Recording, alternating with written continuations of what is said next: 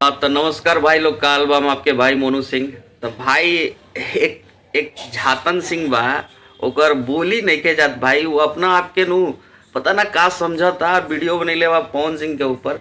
ठीक बा, पवन सिंह ज्योति सिंह के जो भी मैटर चल रहा है वो कोर्ट में चल रहा है। कोर्ट जो भी फैसला लेगा कोर्ट अपना लेगा। ज्योति सिंह ने क्या डिमांड किया है नहीं किया है, पवन सिंह उसको दे पाएंगे नहीं दे पाएंगे, इसका फैसला ज्योति सिंह के वकील और पवन सिंह जी के वकील जो है आपस में जो भी बहस चलेगा, जो भी फैसला जज साहब देंगे वो बताएंगे।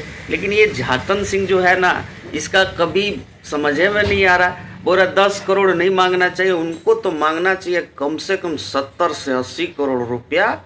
एक महानगर में 4 BHK फ्लैट और 5 लाख का महीना।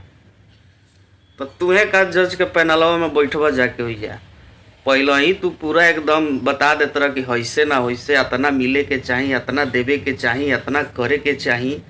तो जज पैनल पर तोहरों के का बुलावल गई बा कि तू बैठवा जाके हो जा, तू जाके हो जा, मैंने निर्णय में तार सबसे बड़ा भागीदारी रही।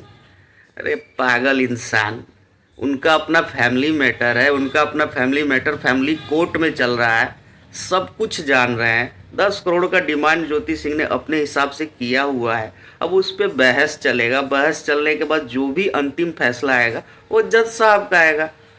ये बकचोनरा अलगे अपन फैसला सुनावा था, कहते ना ना 70 से 80 करोड़ रुपया मिलना चाहिए। बताओ, बकचोनर देखा है रे 70 से 80 करोड़ रुपया?